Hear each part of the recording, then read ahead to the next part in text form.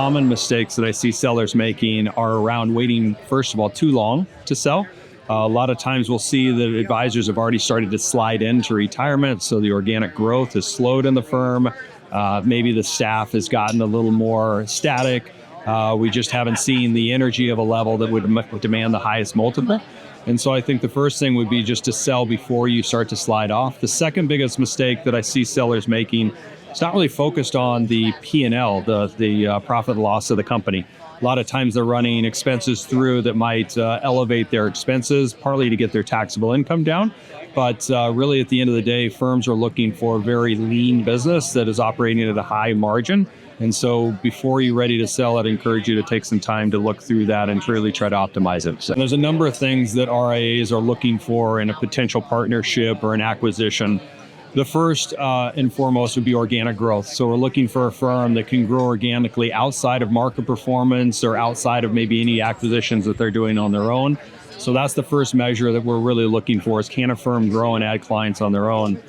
I think the second thing that's vitally important is a team that is developed across multiple generations. So if we have a senior advisor or advisors, do they have that G2 level built in that can come in and service the book?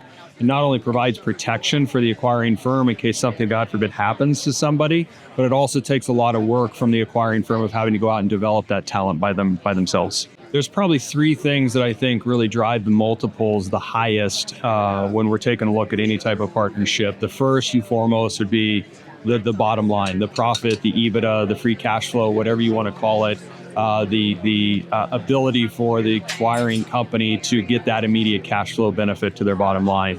The second would be organic growth. Can the firm grow on their own, or are they going to come in and potentially be a little bit of a stagnant firm for the acquiring partnership? And then the third is the leadership or talent that they bring through the organization. Is it an actual business, or is it more of a lifestyle practice where the staff members really aren't looking for career growth and opportunity that's out there? So the difference between a financial buyer and a strategic buyer, I would bring down to probably two things. So first of all, the financial buyer really is not interested in the culture of the firm. They're not necessarily even interested in the people or the processes. They're really just looking at the financial metrics. And so firms that are the true aggregators out there are acquiring just the EBITDA or the cash flow of the firm, and then they're coming in and really streamlining the efficiency, usually by centralizing staff, maybe increasing fees, centralizing processes like investment management. The second thing that I think separates a financial acquirer versus a strategic is the talent. So when a firm is looking for the strategic piece, they're looking for a team, an individual that can come in and add accretive value to the organization. So they're actually looking more so for the human capital component versus the metric side of it, because if they can find the right people, they know that they can grow that organization far beyond what they're actually acquiring. The cultural compatibility of the firm, what we're really looking for is we're looking at, do other members that have interviewed the partnerships really feel connected? Do they feel like the personalities of the incoming partners are going to mesh well with the people they're going to work with? We're going to look at the current systems inside the firm. What is their stance on PTO? What's their stance on work from home?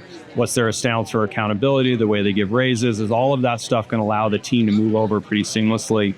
And then lastly, we're just looking for really the heartbeat of the organization. We at Merit use a term called servanthood leadership, where we have the ability, or we hope as leaders, the ability to really just support our advisor field. And if somebody coming in can match that for us, we know it's going to be a very successful partnership.